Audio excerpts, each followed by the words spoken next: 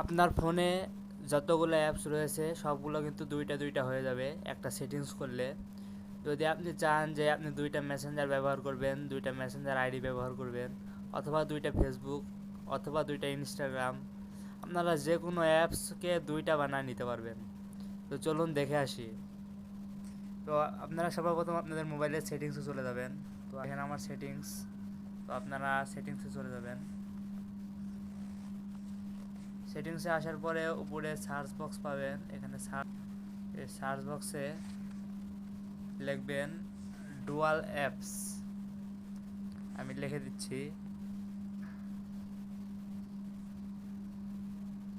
এই দেখেন আপনাদের এখানে চলে আসছে ডুয়াল অ্যাপস। তো এখানে ক্লিক করে দিবেন। আমি ক্লিক করে দিচ্ছি। এই দেখেন আমার কিন্তু অলরেডি মেসেঞ্জার দুইটা করা আছে, ইনস্টাগ্রাম দুইটা করা আছে, ফেসবুক করা আছে, হোয়াটসঅ্যাপ করা আছে।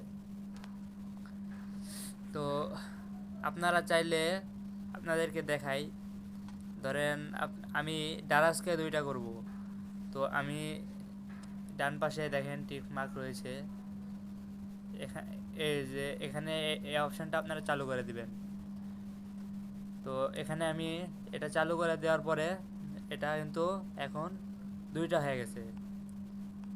তো আপনাদেরকে দেখাই, আমি হোম স্ক্রিনে চলে যাচ্ছি, দেখেন কেটে দিলাম, আমার ডারাস কিন্তু দুইটা হয়ে গেছে।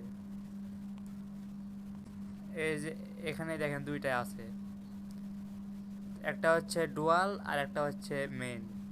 তো আপনারা চাইলে এখানে এখন এটার ভিতরে যদি আমি প্রবেশ করি, দেখেন ডুয়াল অ্যাপস নিচে দেখাচ্ছে।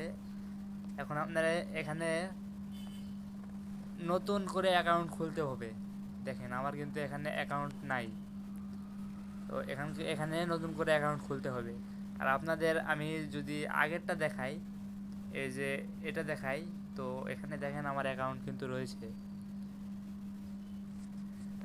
দেখেন এখানে আমার অ্যাকাউন্ট রয়েছে, এই দেখতে পাচ্ছেন এমডি রূপস 07। তো আপনারা চাইলে এভাবে সকল অ্যাপসকে দুইটা বানায় নিতে পারবেন এবং দুইটা অ্যাকাউন্ট করতে পারবেন।